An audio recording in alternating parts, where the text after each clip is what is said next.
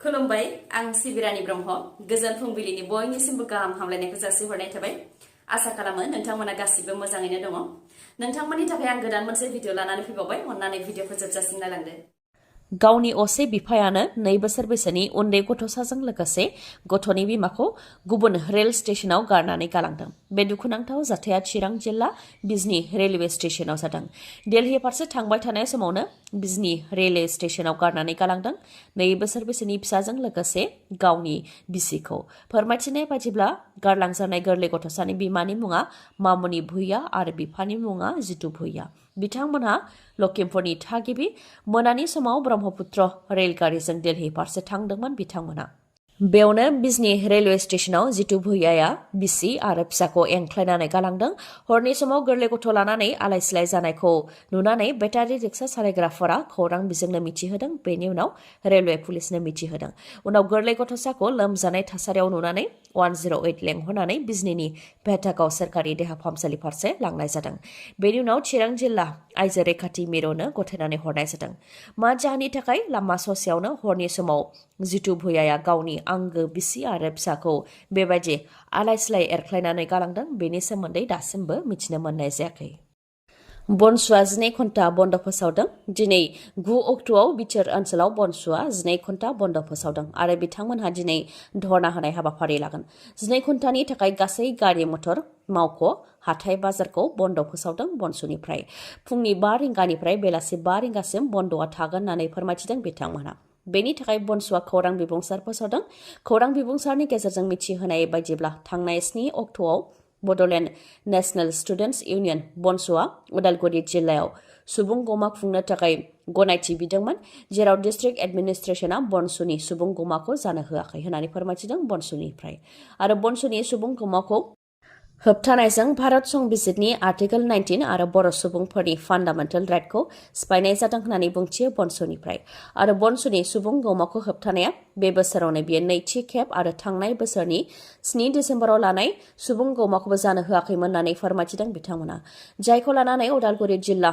एडमिनिस्ट्रेशना राजखान्थिगिरिखौ मदद होनानै बे खामानिखौ मावदों होननानै सानो होननानै फोरमायथियो बिथांमोना आरो बेजों सुबुं खुंथायखौ बुथारनाय जादों होननानैबो फोरमायथियो बनसुनिफ्राय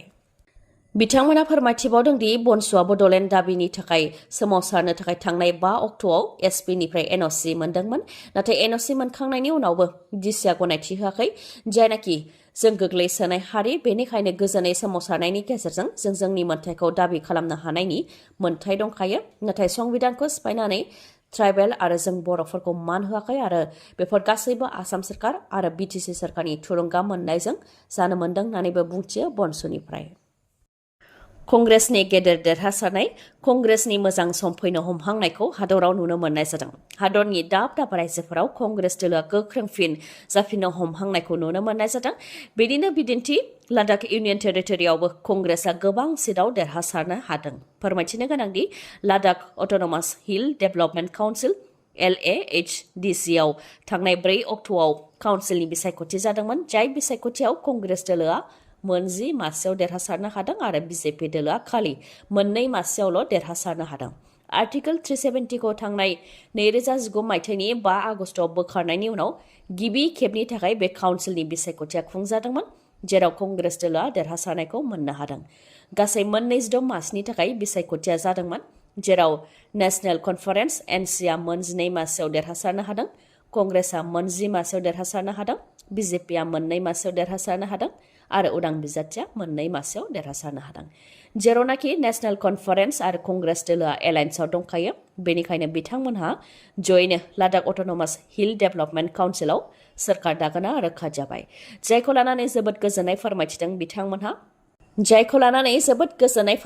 बिथांमोनहा आरो बे गेदेर देरहासारनो हानायखौ लानानै गासै भट होगिरि बिथांमोननिसिम साबायखर बावहरदों बिथांमोनहा रिपर्टनि बादिब्ला LAHDCआव 95,388 भट होगिरिफोर दंमोन बेनि मादाव 77.61% अदेबानि 74,026आनो भटखौ होफैदोंमोन जेराव कंग्रेस आरो एनसिआ जोबोद गेदेर देरहासारनायखौ मोननो हादों BPF दोलोआ मोनफानि उनाव मोनफा गेदेर जयनिं हाबाफारि खुंदों। बे खेबाव सुख्लाय सेरफां ब्लक कमिटि BPFनि बानजायनायाव BPF दोलोआ जयनिं हाबाफारि खुंदों, जेराव 1000नि गोबां सुबुंफोरा गोदानै BPF दोलोआव हाबफैदों होननानै फोरमायथिदों। बे जयनिं हाबाफारियाव बाहागो लादों BTCनि बारग' गाहाय हाग्रामा महिलारिजों लोगोसे तामुलपुर बिधान सभा बियाबनि बारग' MLA इमानुएल मुसाहारि, BTCनि बारग' लेङाइ गाहाय खाम्फा बरगयारि, बारग' EM गणेश कछारी आरो गुबुन गुबुन बिबानाव थानाय बिबानगिरि बिथांमोनहा। BPF दोलोनि बे जयनिं हाबाफारियाव लोब लोब सुबुंफोरा फैनानै बाहागो लाफैनायखौ नुनो मोननाय जादों, जेराव BJPनिफ्राय 400नि गोबां, UPPLनिफ्राय 300नि गोबां, कंग्रेसनिफ्राय 100नि गोबां आरो गुबुन गुबुन राजखान्थि दोलोनिफ्राय गासै 1000नि गोबां हाबफैदों होननानै फोरमायथिदों हाग्रामा महिलारि बिथाङा। बे बारनि जयनिं हाबाफारियाव BJP दोलोनिफ्राय बांसिनै जयनिं जाफैदों, नाथाय मा जाहोननि थाखाय BJPआ सोरखाराव थानायनि उनावबो BPF दोलोआव जयनिं जाफैदों बेखौ बुजिनो हायाखै होननानै फोरमायथिदों हाग्रामा महिलारिया। जानो हागौ BTCआव BJP आरो UPPLनि गेजेराव माबा मोनसे बेले बेजे जादों होननानैबो बुंथियो हाग्रामा महिलारिया। जिखियानो जाथों मानो ओनसोलनि जौगानाय आरो गोजोननि थाखाय जयै खामानि मावनो थाखाय गासै हारि माहारिखौनो बराय होननानै बुंथियो हाग्रामा महिलारिया। फोरमायथिनो गोनांदि BPFनि बारग' MLA इमानुएल मुसाहारि, जाय BPF दोलोखौ एंगारनानै BJP दोलोआव थांदोंमोन, दा बिथाङा BJP दोलोनिफ्राय अफिसियेलि रिजाइन होबाय। BJP दोलोखौ एंगारनायनि सायाव बिथाङा बुंथिदों दि थांनाय BTC बिसायख'थियाव BJPनि जानानै गोबां खामानि मावदोंमोन आरो मोजां फिथाइबो मोननो हादोंमोन, नाथाय गोदानै BJPआव हाबनायनि थाखाय गाव अदेबानि इमानुएल मुसाहारि आरो बिथांनि मावथिफोरखौ फोथायनाय लायाखैमोन आरो बिबान होआखैमोन होननानै फोरमायथिदों इमानुएल मुसाहारिया। बेनिखायनो BPF दोलोआ ओनसोलनि दोलो हिसाबै मोजां आरो BPF दोलोआव थानानैनो रायजो राजानि मिजिंखौ सुफुंनो हागोनखौ आसा खालामनानै BJP दोलोखौ एंगारबाय होननानै बुंथिदों बिथाङा।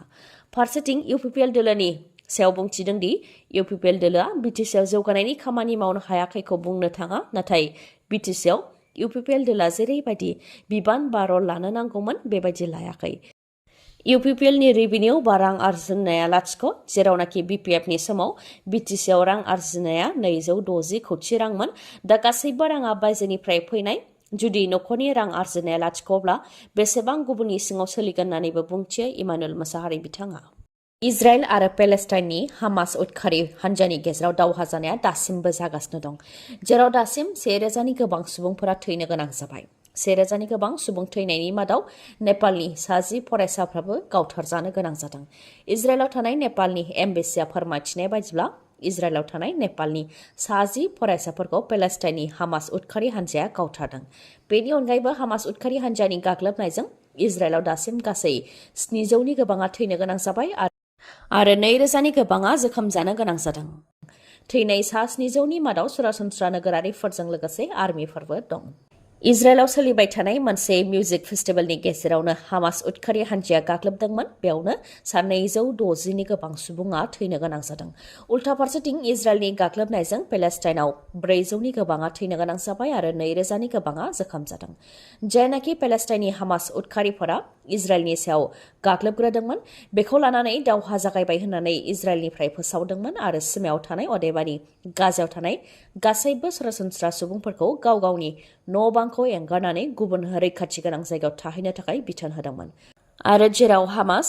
उदखारि हान्जाफोर थायो बेफोरखौ थांखिनानै गाग्लोबनाय जागोन आरो थेर बेथेर खालामनाय जागोन होननानैबो इजराइलनिफ्राय हुमखि होदों। खोथा होनाय बायदियै पेलेस्टाइनाव थानाय गंसे 10 थालानि बिल्डिंखौबो थेर बेथेर खालामबाय आरो गाजायाव थानाय गंसे मुंदांखा मस्क आल आमिन महम्मद मस्कखौबो थेर बेथेर खालामबाय। फोरमायथिनो गोनांदि हामास उदखारि हान्जानि माखासे सोद्रोमाफोरा इजराइलनि लकाबाव दं, जायनि थाखाय हामास उदखारि हान्जाया बे गाग्लोबनायखौ खालामदों होननानै मिथिनो मोननाय जादों आरो दा हामास उदखारि हान्जाया इजराइलनि उन्दै गथ'साफोरजों लोगोसे आइजोफोरखौबो गोबां हाराहास्ति खालामनानै गावसोरनि खबजायाव दोननायखौ मिथिनो मोननाय जादों।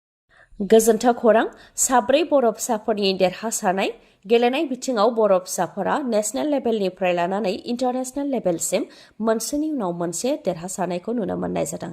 देहरादुन नेशनेल किक बक्सिं चेम्पियनशिपआव 4 बर' फिसाफोरा मेडेल देरहासारनो हादों। उदालगुरि डिस्ट्रिक्ट वाक' किक बक्सिं एस'सिएशननि 4 बर' फिसाफोरा देहरादुन नेशनेल किक बक्सिं चेम्पियनशिपआव मेडेल देरहासारनो हादों। मुंफोरा फारियै रबिन्द्र बसुमतारी, बिथाङा सिलभार मेडेल देरहासारनो हादों। राजु खेरखातारि बिथाङाबो सिलभार मेडेल देरहासारनो हादों अनसाय सोरगियारि बिथाङा ब्रन्ज मेडेल देरहासारनो हादों आरो धनेश्वर बसुमतारी बिथाङाबो ब्रन्ज मेडेल देरहासारनो हादों चाइनायाव जानाय एशियान गेम्स 2023आव भारतआ दासिम गासै मोन 107 मेडेल देरहासारनो हाबाय बयनिख्रुइबो बांसिन चाइना हादरा मेडेल देरहासारनो हादों गासै 383 मेडेल देरहासारनो हादों बेनि मादाव 201 सनानि मेडेल मोन 111 सिलभार मेडेल आरो मोन 77 ब्रन्ज मेडेल बेनि उनाव दङ जापान गासै 188 मेडेल देरहासारनो हाबाय बेनि मादाव मोन 52 सनानि मेडेल मोन 67 सिलभार मेडेल आरो मोन 69 ब्रन्ज मेडेल बेनि उनाव दङ साउथ करिया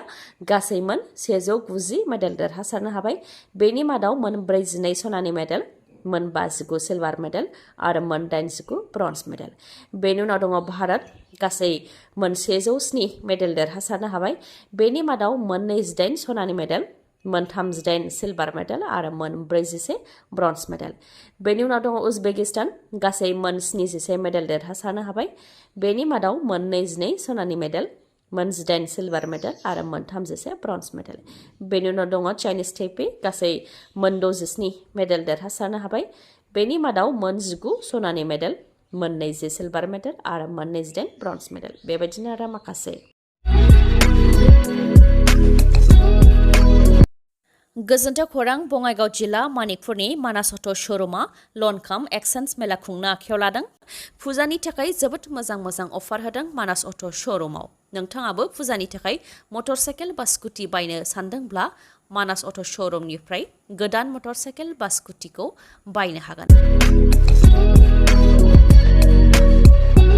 नोंथाङा जुदि गोजान जायगानिबा बा मानिबा जाहोनाव श'रुमसिम फैनानै गोदान मटर साइकेल बा स्कुटिखौ लांफैनो हायाखैबा नोंथाङा जिंगासिनांगौनि जेबो गोनांथि गैया मानोना मानिकपुरनि मानास अट' श'रुमा नोंथांनि थाखाय हम डिलिभारिनिबो राहा खालामनानै होदों बेनि अनगायैबो जायखिजाया कम्पानिनि गोजाम मटर साइकेल बा स्कुटिखौ नोंथाङा सोलायनानै बे फुजानि समाव गोदान मटर साइकेल बा स्कुटिखौ नोंथाङा मोननो हागोन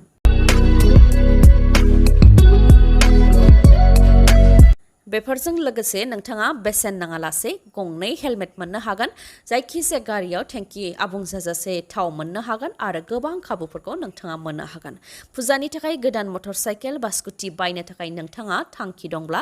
बेनो नोंथांनि थाखाय साबसिन खाबु नोंथाङा गोख्रैनो मानिकपुराव थानाय मानास अट' श'रुमनिफ्राय गोदान मटर साइकेल बा स्कुटिखौ बायनो हागोन माबाफोर मिथिबावनो हास्थायोबा 9101272776 नङाबा 7002601255 बे नाम्बाराव खौरां लाहरनो हागोन गोजोन्थों